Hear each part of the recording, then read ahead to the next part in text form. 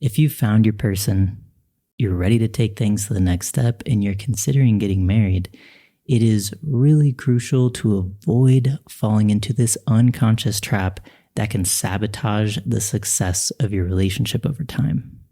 The mainstream norm is to get married based off of a feeling, based off of how much you love each other. And that's important. Obviously, love is an essential ingredient. However, love is half the battle.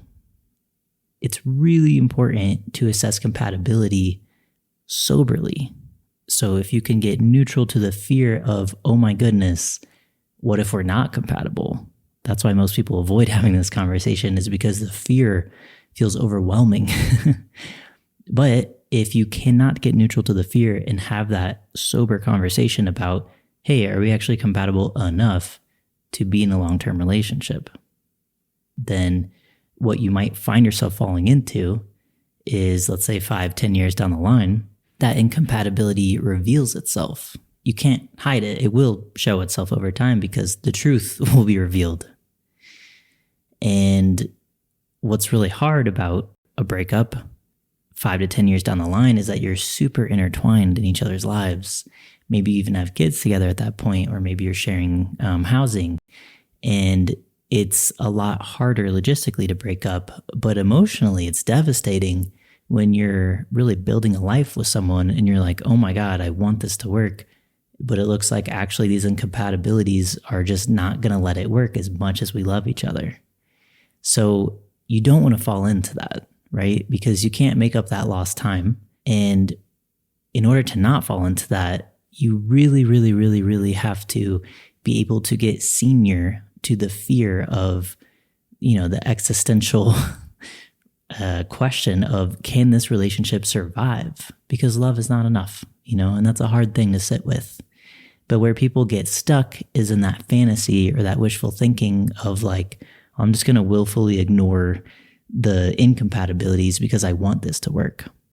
But the thing is, you can't force incompatibilities because your relationship is going to suffer over time. Yeah, maybe you could stay together your whole life, but you're not going to enjoy it, right? If you're forcing something that's incompatible. So what I'm going to share with you today is how to develop that security within yourself to be able to face that fear and get senior to the fear and have a sober conversation amidst the fear. And actually how your ability to assess compatibility can feed the relationship over time. So I'm not talking about whether your relationship can be successful long-term. If it's compatible enough and if there's love, then it will be. But if you're able to have this conversation together, it will really feed the relationship and deepen the trust more so than if you didn't have this conversation. So let's get into it. If you're deeply committed to your relationship, but keep getting pulled into the same reactive loops that feel disconnecting, you're not alone. I'm Forrest Williams, certified relationship coach, and I guide devoted couples to untangle the unconscious dynamics that get in the way of intimacy and quietly erode connection over time. Here, we explore conscious relating as a spiritual practice, where your relationship becomes a sanctuary for healing, growth, and a steady source of joy instead of struggle. So let's start with the mainstream norm. This is the thing you want to avoid, and this is what actually most people do. So most people do not have the level of intentionality around getting married. They'll base it off of a feeling. They'll base it off of love. And, oftentimes if you're in a hetero relationship and you're able to get pregnant accidentally, sometimes there's a level of urgency to get married because there's an unplanned pregnancy.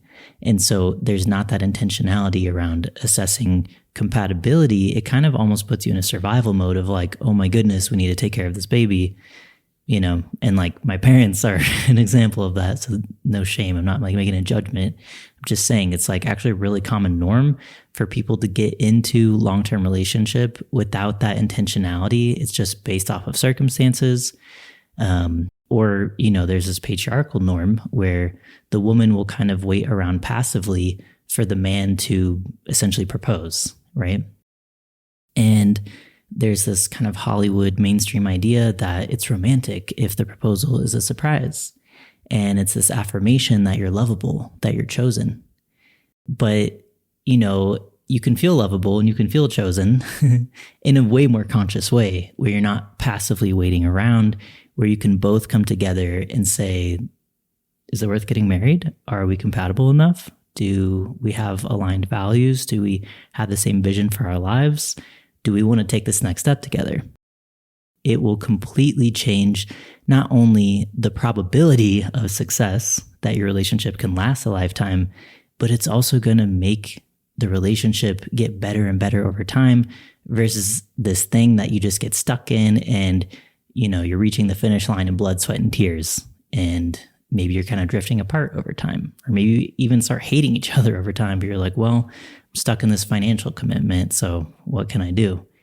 That's not the vibe.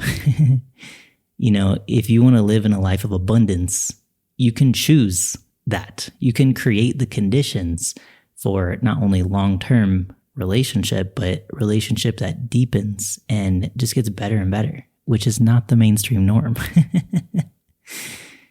So let's talk about what gets in the way. What makes it so hard, or let's say countercultural, about assessing your compatibility before taking that next step to get married.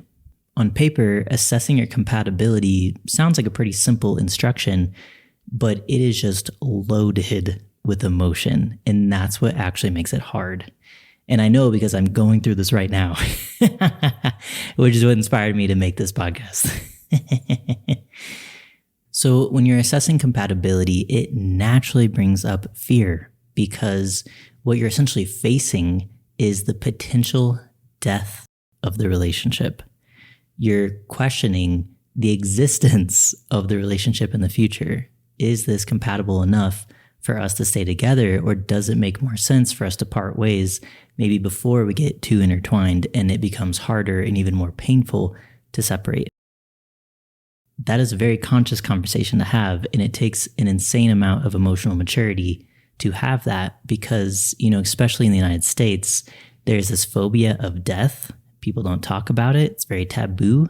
And so when you're talking about, facing the potential death of the relationship, there's this natural avoidance that wants to come out because the fear feels too overwhelming.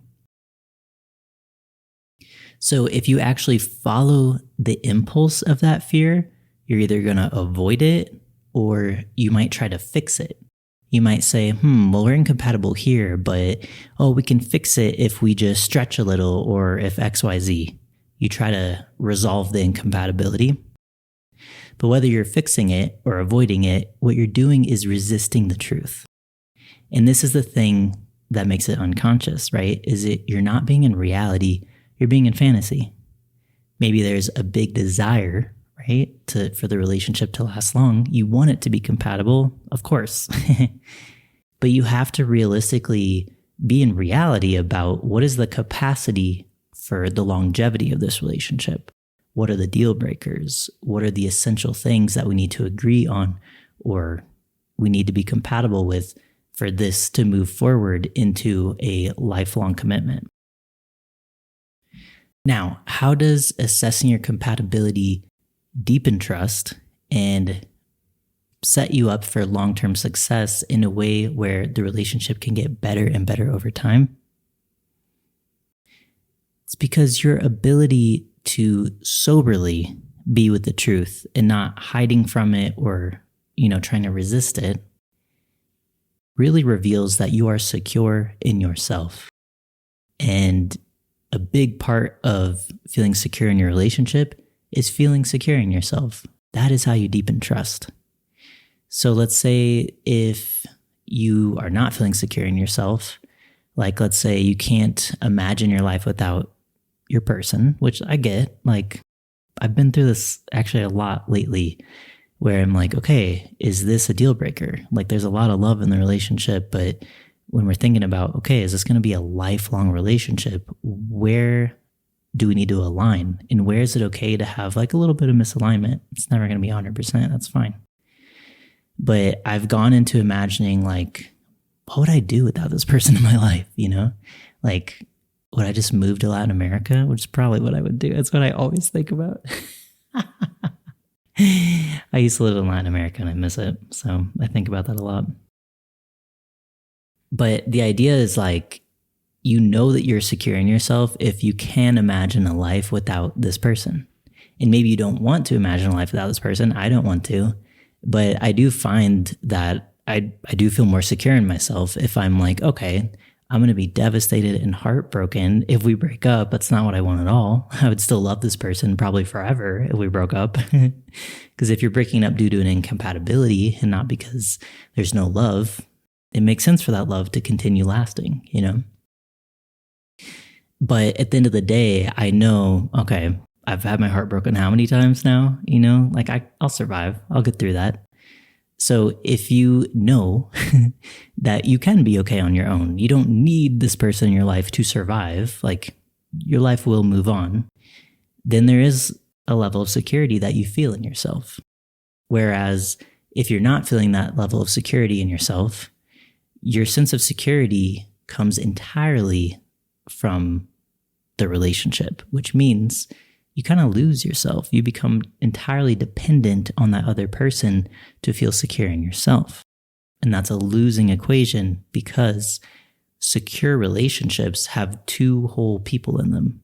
And if you're relying entirely on your partner to feel secure in yourself, there's only one person in the relationship, or maybe even less than one person in the relationship if your partner is also not feeling secure in themselves and they're leaning on you for a sense of security.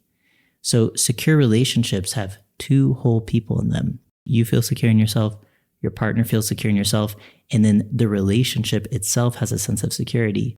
So there's kind of three entities there. There's you, your partner, and then there's the spirit of the relationship, and there's security in all three of those. If one of you is missing a sense of safety or security in yourself, it's impossible for the relationship to actually be secure.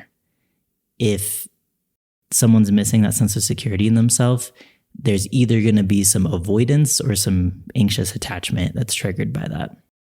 So it's not enjoyable to face your fears, especially an existential fear. Will this be the death of the relationship? What if the relationship does die, right? But you have to be willing to face the possibility of death in order to get neutral to the fear, so that you're not falling to that unconscious impulse of resisting the truth, of avoiding or fixing. And it's when you can be in truth and when your partner can be in truth, that's when you know the actual answer to, can this relationship last a long time? Does it have the potential to last a lifetime? And if you are actually soberly able to face that truth amidst the fear, then you're going to feel super duper fucking secure in your relationship because there's this deep knowing. Whereas, let's say you get married, you move forward without assessing soberly. Are you compatible? Does this have the potential to last a lifetime? You're never going to feel secure in the relationship. You can share a mortgage, you can have kids together, you can have all these external forces that tie your lives together. But that real sense of security comes from that inner truth, that inner knowing. And if you're unable to face the truth, you're never going to know, right? You could be 20 years into a relationship, and I've seen this many times in marriage dynamics, where people have been together for like, let's say decades, and they're still feeling insecure in their relationship. They still don't know if their partner even loves them or like could potentially leave them. And I think the stakes feel higher for a lot of people the older they get, where they're like, oh my gosh, I have to re-enter the dating scene at 50. This is a lot harder than if I'm in my 20s, you know?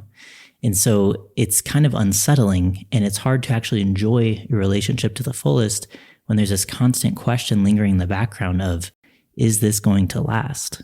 Because marriage in a way is kind of just like a Band-Aid if you're unwilling to face the truth.